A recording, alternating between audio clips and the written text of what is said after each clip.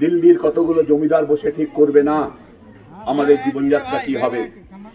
আরো স্পষ্ট করে বললে মোদী শাহ ঠিক করবেন না যে আমরা বাংলায় কিভাবে থাকবো, আমরা বাংলাতে কিভাবে ভাববো, আমাদের চিন্তা ভাবনা বা লাগাম করাবেন না।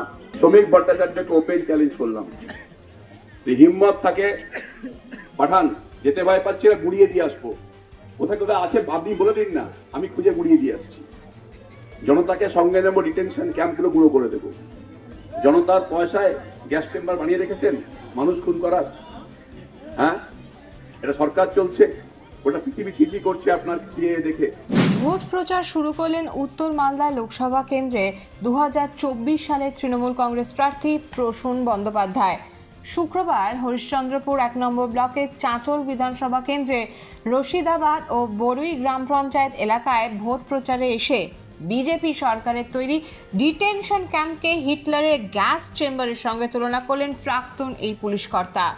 শুরুতেই চান্ডিপুর রাধা গোবিন্দ মন্দির ও পীরের মাজারে গিয়ে প্রার্থনা করেন। প্রচারে তার নিশানায় সিএএ।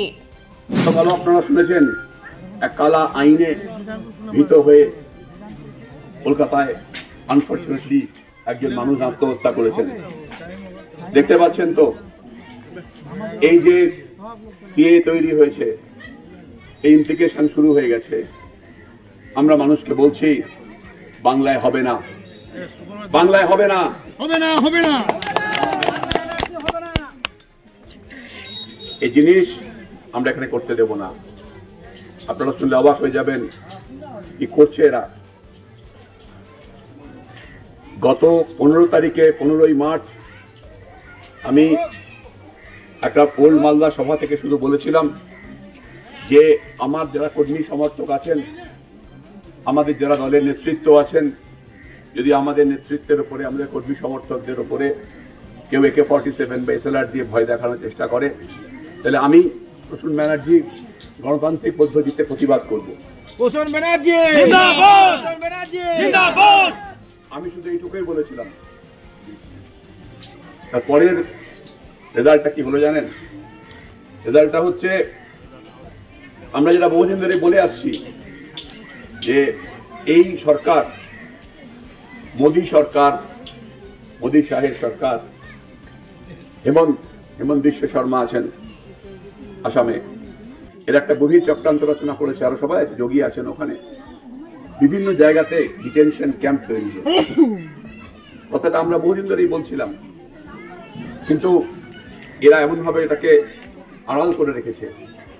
ক্যাম্পটা কি, ডিটেনশন ক্যাম্পটা কি, কেন আজকে মানুষকে সুইসাইড করতে হচ্ছে? কারণ হচ্ছে যে ডিটেনশন ক্যাম্প হচ্ছে নাসি জার্মানির হিটলারের গ্যাস চেম্বারের মতন, যেখানে মানুষকে ঢুকিয়ে দেওয়া হবে আর বেরোতে দেওয়া হবে না। দ্বিতীয় বিশ্বযুদ্ধের পরে পোল্যান্ড থেকে জার্মানি পর্যন্ত এরকম প্রচুর গ্যাস চেম্বার পাওয়া গেছিল, যেখানে লাখ লাখ মানুষকে ঢুকিয়ে হত্যা করেছিল হিটলারের বাহিনী। এরাও ঠিক সেরকম ডিটেনশন ক্যাম্প তৈরি করেছে। মুখে বলে যাচ্ছিল এতদিন ধরে যে না আমাদের তেরম কিছু নেই, ক্যাম্প ট্যাম্প তো নেই, ওগুলো বিরোধীদের অপপ্রচার। এদিনকে আমি বলার পরে আপামর অগ্নি আমাকে দেখতে লেগে যায়, আমিও থোড়াই কেয়ার করি। সেদিনকে ওদের রাজ্যের মুখপাত্র, রাজ্যের স্পোক্স পার্সন বিজেপি শ্রমিক ভট্টাচার্য এবং রাজ্যসভার সাংসদ, রাজ্যসভায় আছেন দলের নীতি দেখেন, জানেন কি হচ্ছে না হচ্ছে, তিনি একটা বক্তব্য রাখলেন এবং তাতে কি হলো, বিজেপির ঝুলি থেকে বিড়ালটা বেরিয়ে পড়লো। ডিটেনশন ক্যাম্প রেডি হয়ে গেছে। প্রথম প্রসূন ব্যানার্জিকে পাঠানো হবে মারার জন্য। শুনুন, আমি বলছি না, আমি আপনাকে প্রমাণ দিচ্ছি।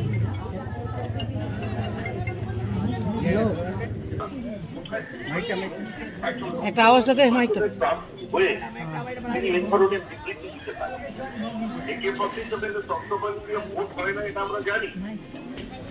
কিন্তু কয়েকবার অপেক্ষা করুন, তার বক্তব্য কোথায় গিয়ে তার দলের নেতা শুনলেন। শ্রমিক ভট্টাচার্যকে ওপেন চ্যালেঞ্জ করলাম, হিম্মত থাকে পাঠান, যেতে ভয় পাচ্ছি না, গুড়িয়ে দিয়ে আসবো। কোথায় কোথায় আছে আপনি বলে দিন না, আমি খুঁজে গুড়িয়ে দিয়ে আসছি। জনতাকে সঙ্গে নেব, ডিটেনশন ক্যাম্পগুলো গুঁড়ো করে দেবো। জনতার পয়সায় গ্যাস চেম্বার বানিয়ে রেখেছেন মানুষ খুন করার। হ্যাঁ, এটা সরকার চলছে, ওটা পৃথিবী ছিচি করছে আপনার সিএ দেখে। লজ্জা নেই সরকারটার? এই সরকারটাকে তুলে না পেয়ে আয়রে ফেলে দিলে লজ্জা নেই? আর কংগ্রেসকে আমি একটা কথা বলবো, রাহুলজি এখানে যাত্রা করেছিলেন, ওয়েনার থেকে দাঁড়ান, রাহুলজি কেন শক্ত প্রতিবাদ করলেন না? আমরা তৃণমূল কংগ্রেস, আমরা যেমন সিএর বিরুদ্ধে, এনআরসির বিরুদ্ধে স্পষ্ট থেকেছি। প্রথম দিন থেকে মা মাটি মানুষের সরকার স্পষ্ট করে বলেছে এখানে হবে না, কালা আইন আমরা মানি না। কোথায় কংগ্রেস প্রতিবাদ করলো? ওরকম সব প্রতিবাদ করে কিছু হবে না এদের বিরুদ্ধে। বিজেপিকে ঠেকাতে পারে একমাত্র তৃণমূল কংগ্রেস, একমাত্র তৃণমূল কংগ্রেস এবং মমতা বন্দ্যোপাধ্যায়। এই সময় ডিজিটাল।